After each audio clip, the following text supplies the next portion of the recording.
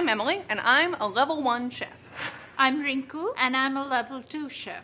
My name is Ayesha Nurdjaja. I'm the executive chef of Shuka restaurant, and I've been cooking professionally for 15 years. This kebab recipe is like a suburban barbecue on a stick, like 1990s suburban dad kind of kebab. These salmon kebabs are one of my favorite recipes because they're pretty and they get done very, very quickly. Today we'll be making lamb kofta kebab, which is one of my favorites. I've come across this kebab in many places during my travels, like Morocco or Israel. We also have a version of it at my restaurant Shuka right now.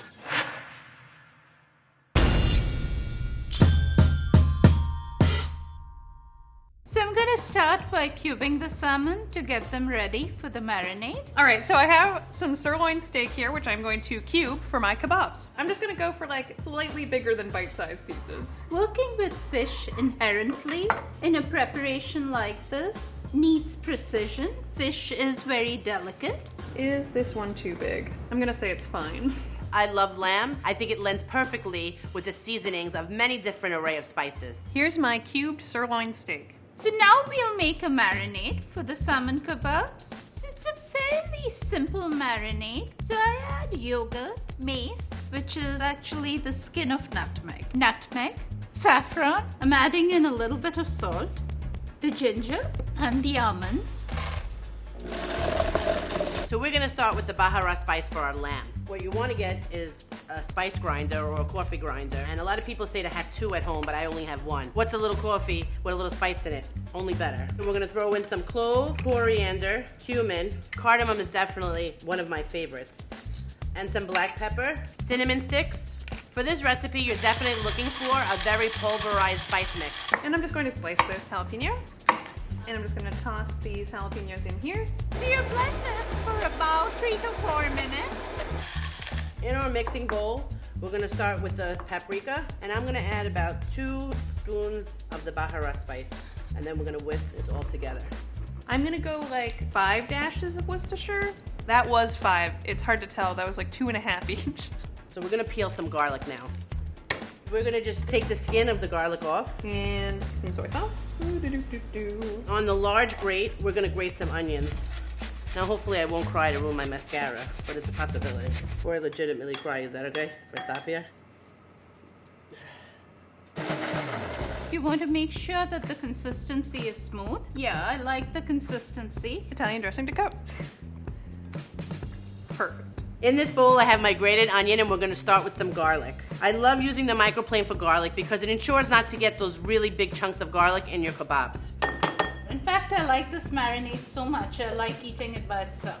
Next, we have our parsley, and I love herbs. What I like to do is boil it up and chop it. In this kebab, I like a lot of robust flavors, and I find that the stems really encapsulate what parsley tastes like. And I'm just going to give this a stir with my big wooden spoon.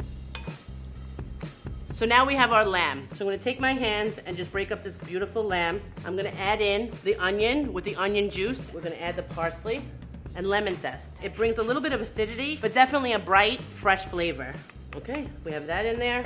2 healthy spoons of our bahara spice. And I love olive oil, so I'm gonna give it a good drizzle of this. You want to coat the salmon evenly.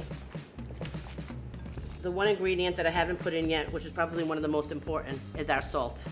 Okay, we're gonna take this, wrap it in saran wrap, and refrigerate it for 24 hours. This is all set to go. I'm just gonna let it marinate for about half an hour while I get everything else ready to go. I'll put this in the refrigerator now for 1 or 2 hours. The next thing I'm gonna do is get these things ready to put on my kebabs. So I have peppers, onion, mushrooms, and some things to make them taste good. So here's my salmon. It's marinated for 2 hours. See how nicely the color has deepened? That's your saffron in action. Okay, so we have our lamb here. Here we have an ice cream scooper. You might say she's gone mad. But the reason why we do this in the restaurant is to ensure that each piece is equally portioned. So I am going to cut my peppers down to size. I actually zest and add in the juice of an orange. And I did not want the acid in the marinade because it would over marinate the salmon. Red onion, I'm going to just chop off the top and give it a peel. Get the skin off. You want to press the meat against the side of the bowl to ensure that you're getting the proper portion. Next thing, we have some mushrooms. I'm just gonna cut these in half. The juice and zest is in. I'm giving this a good stir. And the last thing I'm gonna do is just chop my lemon in half because I'm gonna use the juice to make everything delicious. I'm gonna do a little bit of olive oil. This is my Italian seasoning that I'm just gonna shake on. No measurements here, just, you know, making it happen. Pepper. And some salt. I'm ready to skewer. I've been soaking these skewers for a couple of hours so that when they are cooking, they do not stick to the fish. So honestly, you can skewer them any way you like. I'm gonna spread a little bit of olive oil on this sheet tray just to ensure that the lamb doesn't stick. And I'm actually gonna put a little bit on my hands. Okay, so we're gonna take our lamb and we're gonna roll it into a ball. As we roll it into a ball, we're gonna start to shift from rolling into round circles to rolling up and down. And you want it to look like a little football. Okay, so we're gonna take our skewer and basically place it in the middle and then continue to do the shaping. At this point, you're gonna do round and round and you're gonna have our kebab. So I'm just going to stick these guys like this. And I just kind of like feel out the organization. Try to get, you know, like a good amount of meat on each stick. You want like 2 sticks to be a meal. I'm adding 3 pieces to each skewer. I think that makes it a comfortable serving size. As we're rolling the kebab, we're gonna get it into that football shape and you could just insert the skewer from the bottom. And there you go. Important thing is making sure that you get it kind of down the middle so that nothing falls off in the process. Great. The last one gets an extra. All right, skewers assembled, time to grill. Okay, so it's grilling time. We have our grill here, and I'm going to take a little bit of olive oil, and with a brush, I like to brush the grill. This way I know that I'm not putting so much olive oil to smoke out the joint. I'm gonna start with just a few of these, and then we'll slowly get all of them done, and then bing, bang, boom, we'll have a bunch of skewers to eat. I prefer cooking these in the oven because the heat is more uniform and gentle than an open grill. I'll be baking them for about 7 minutes at 350 degrees. And season our kebabs. When you season high, you're able to cover a lot of ground. So we're gonna take our tongs, and we're gonna lift our kebabs by the meat and place them on our grill. So it should be 8 to 10 minutes altogether. On each side, probably like a minute or 2. So this is the point where you have to exercise a little patience. What you want to do right now is caramelize the meat and let it cook so you get those nice, beautiful grill marks. So here are the kebabs. They have been cooking in the oven. What I have here is a mixture of olive oil and chopped mint leaves. The brightness of the mint will harmonize very well with the notes of orange and ginger. Yeah, there we go. Pretty much a master maneuver. I'm gonna use a spoon, and why is that? I really want to be gentle with these because I love them so much.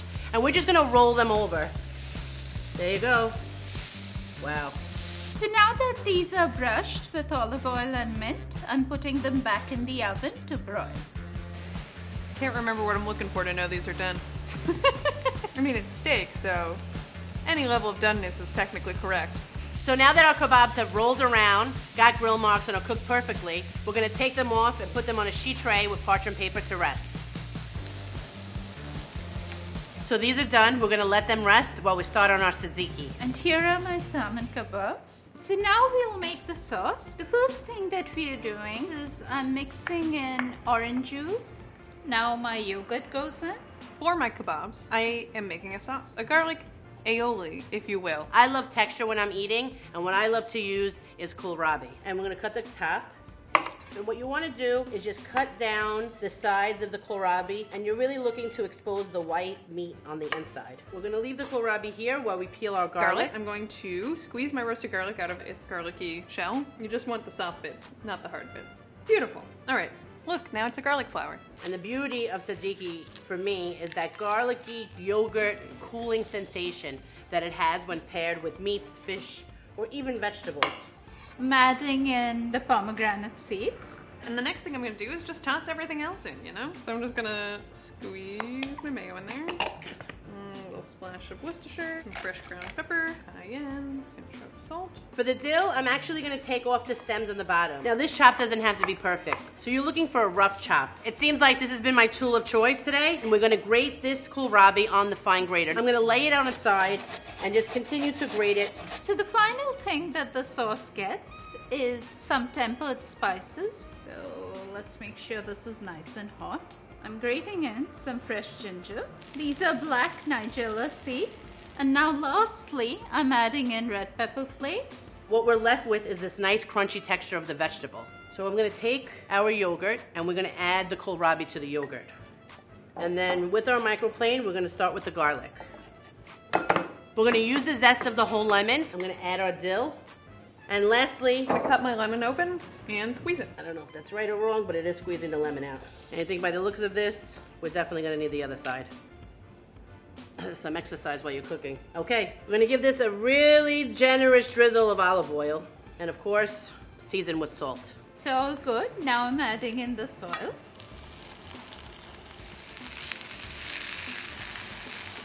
And we're gonna mix this together. I think it looks pretty. Let's taste. Delicious. Delicious. I don't know if you heard it, but there's that nice crunch. You're getting lemon and garlic and dill. This is our tzatziki. This is my roasted garlic aioli. And here are my salmon kebabs. These are all done. We have our beautiful kebabs. We're gonna give our kebabs a little bit of makeup. We're gonna give them a little zhuzh of olive oil and a good squeeze of lemon juice to bring them back to life. I'm gonna take the tzatziki and plate this right down the center of the plate. And then we're gonna layer our kebabs on. So I top these with some additional almonds, a little more pomegranate seeds for color, and some more mint leaves. I just stirred them in, and I kind of like the uneven texture. Just spoon of my sauce into my little cup. So we're gonna add a little bit of shatta to this dish. And what this is a really spicy pepper sauce. And we're gonna use this sparingly because we don't want anybody to say that it was too spicy. And then our crispy shallots. I'm gonna finish with a little bit of fresh herbs, some of the dill to bring out the flavor of the tzatziki. And I can't help myself but finish every kebab plate with parsley because it's an essential part of it. We're gonna go back again with a little bit of lemon and olive oil, and we're just gonna give this a little dressing of sumac at the end. And these are my kebabs. So these are my salmon kebabs. Here are my lamb kofta kebabs.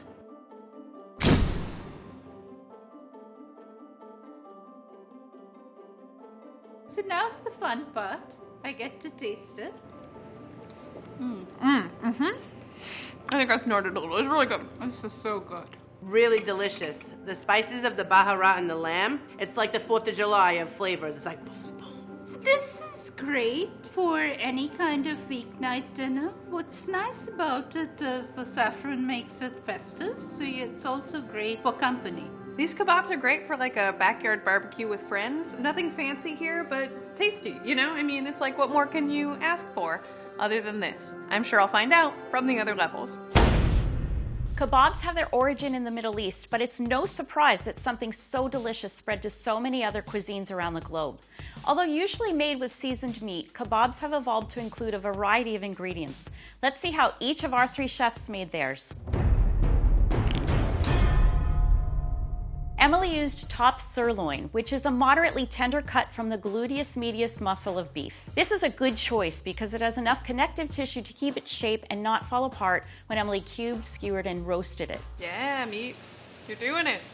Rinku made salmon kebabs. It gets its pinkish color from a pigment called astaxanthin, which when heated evokes some flavors found in fruits. Salmon is a medium flake fish, so it'll hold up well in a kebab. Ayesha made kafta, a minced meat, highly seasoned kebab with ground lamb as the star of the show. Ground lamb is usually made from tougher but flavorful working muscles of the animal like the shoulder, flank, neck, and sometimes leg. By grinding these cuts, connective tissue and sinew is disrupted and becomes more tender by this mechanical process.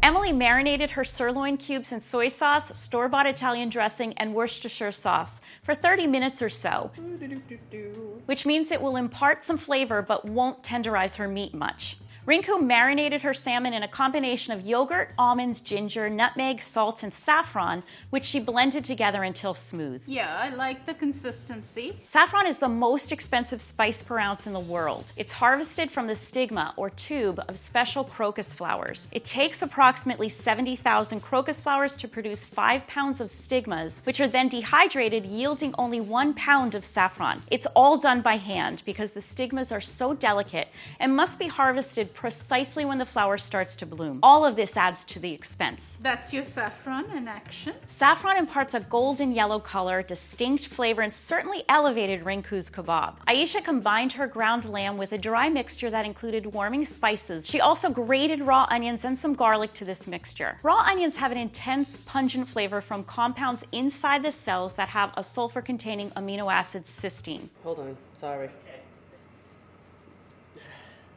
Rose, I'm crying again. Why is this happening to me? Once cut, a series of enzymatic reactions happen and lacrimatory factor synthase is formed. This chemical is volatile and reaches the eyes and the nose, where it reacts with nerves and breaks down into hydrogen sulfide, sulfur dioxide, and sulfuric acid. These chemicals affect the lacrimal glands in our eyes, making us tear up and cry. Grating increases the surface area, so more of these chemicals are released, as compared to dicing or slicing with a sharp knife, which is why our level 3 chef was crying. These aren't sad tears, though. These same chemicals form other compounds that add so much flavor to her ground lamb and spice mixture for a perfectly level 3 kebab.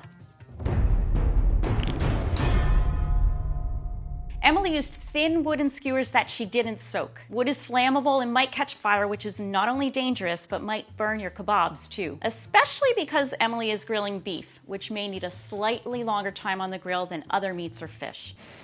Can't remember what I'm looking for to know these are done. Rinku soaked her skewers in water prior to roasting her salmon kebabs in the oven. By soaking the skewers, they're less likely to catch fire because it takes a lot of energy to vaporize water and dry the skewers. Good job, me. Ayesha formed her seasoned ground lamb into an elongated oval shape and placed her skewer through the meat. The metal skewer is a good choice because it won't ignite. The other advantage is that it conducted heat very well, so it assisted in cooking the internal portion of the kebab. Wood won't conduct heat well and won't cook the internal portion of the kebab. This is another level 3 tip that's definitely worth sharing. Emily grilled her kebabs, which impart some charred and roasted flavors that make kebabs special. The goal with grilling kebabs is to get them as close to the heat as possible so that they cook quickly and don't have any time to produce black smoke that can overpower the flavors. Rinku roasted her kebabs in a pan in a moderate oven. This is a good technique for salmon as it has less connective tissue than land animals like beef and lamb, so it cooked more quickly and may fall apart if it's roasted on a slatted grill. Ayesha chilled her kebabs before grilling so that the fat is solid and less likely to render quickly during the cooking process, which may have caused an over-smoky kitchen situation when grilling at high heat indoors. She grilled on a cast iron pan which got very hot and gave a crispy texture to the outside of her kebab, while the metal skewer helped cook the inside of her kebab. Kebabs are so versatile and tasty, and you can make them with so many delicious variations. Next time you're ready to skewer meat, fish, or vegetables, we hope you'll use some tips from our 3 ingenious chefs.